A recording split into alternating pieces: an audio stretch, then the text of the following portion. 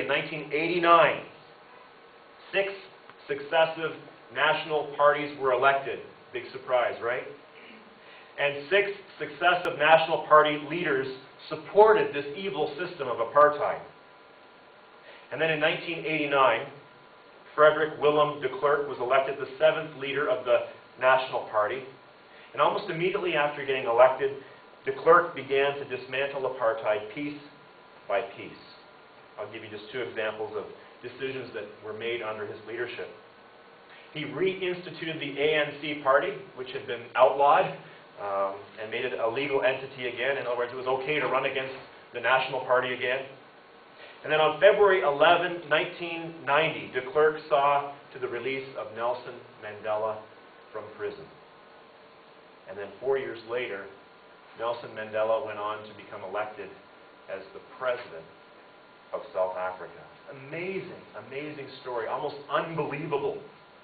And here's where the film Invictus picks up. Mandela, who's played by Oscar winner Morgan Freeman, has just been elected. He's come into power.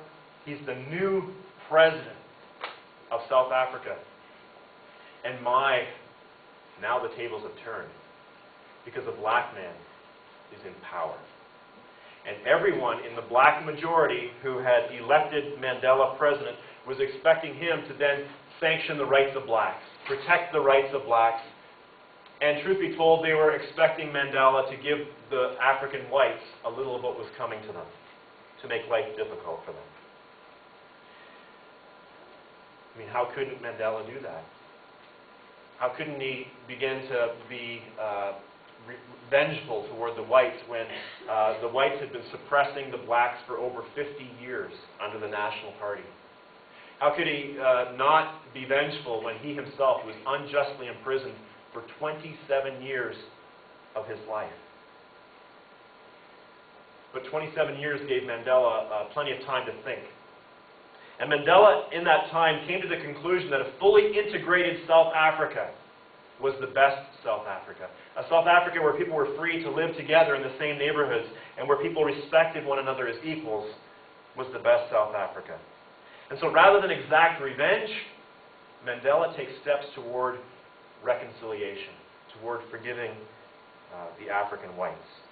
And one way he did this right off the bat was to employ whites in his government administration. Now in the film, if you've watched it, you see how all the blacks that had put him in power are bewildered by this. Like, why would he let whites be in all places in government? But they decide to let it play out. Let's see where this decision goes. I mean, they had tremendous admiration and respect for Mandela, so they gave him a bit of a lead on this decision. But when Mandela hires whites to be part of his personal bodyguard, the very whites, the Secret Service agents of the National Party who had put him in prison, Jason, who's his chief of security, concludes that Mandela has gone too far. And so he decides to express his disapproval, which you can see in this next clip.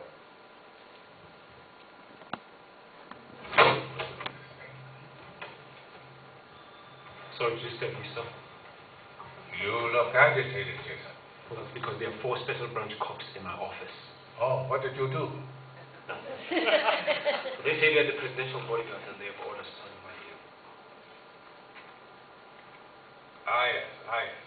Well, these men are special trained by SAS.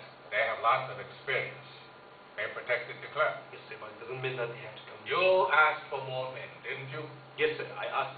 When people see me in public, they see my bodyguards. You represent me directly. The Rainbow Nation starts here. Reconciliation starts here. Reconciliation, sir. Yes, reconciliation, Jason. Comrade President, not long ago these guys tried to kill us. Maybe even these 4 guys in my office tried and often succeeded. Yes, I know. Forgiveness starts here too. Forgiveness liberates the soul. It removes fear. That is why it is such a powerful weapon. Please, Jason. Try. Sorry to disturb you, sir.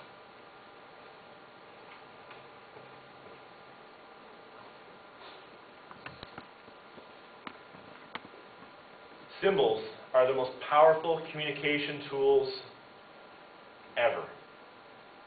Because of its ability to convey so much meaning and intent and significance in such a compact, immediately recognizable form, the effect that symbols can have on human emotions is remarkable. I want to illustrate by showing you 7 symbols that I think are pretty powerful, and they're going to give you emotions one way or the other. So maybe we can just have those come up now.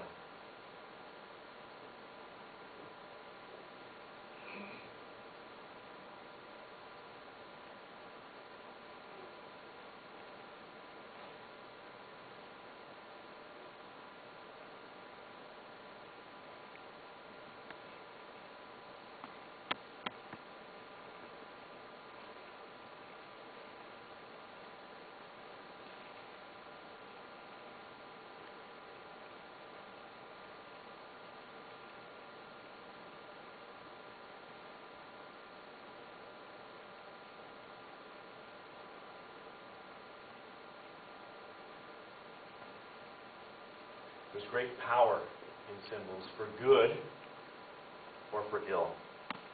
And sometimes a symbol can mean something very, very different to one person than it can to another. For instance, for white South Africans, this green jersey that I'm wearing, which is the official Springbok rugby jersey, the national team of South Africa, conjures up feelings of pride. For them, it was a symbol for good. It reminded them of over a century of rugby athletic tradition, of huge victories, and a rich tradition of sport in South Africa. On the flip side, this jersey that I'm wearing for black South Africans was a powerful symbol for ill. Putting this symbol in perspective, John Carlin, the author of a book entitled Playing the Enemy, the movie Invictus used this for a lot of the historical references and so forth. John Carlin explains, what you have to understand is that the green shirt of the Springboks was a powerful reminder to the black South Africans of apartheid. They hated that shirt because of what it symbolized.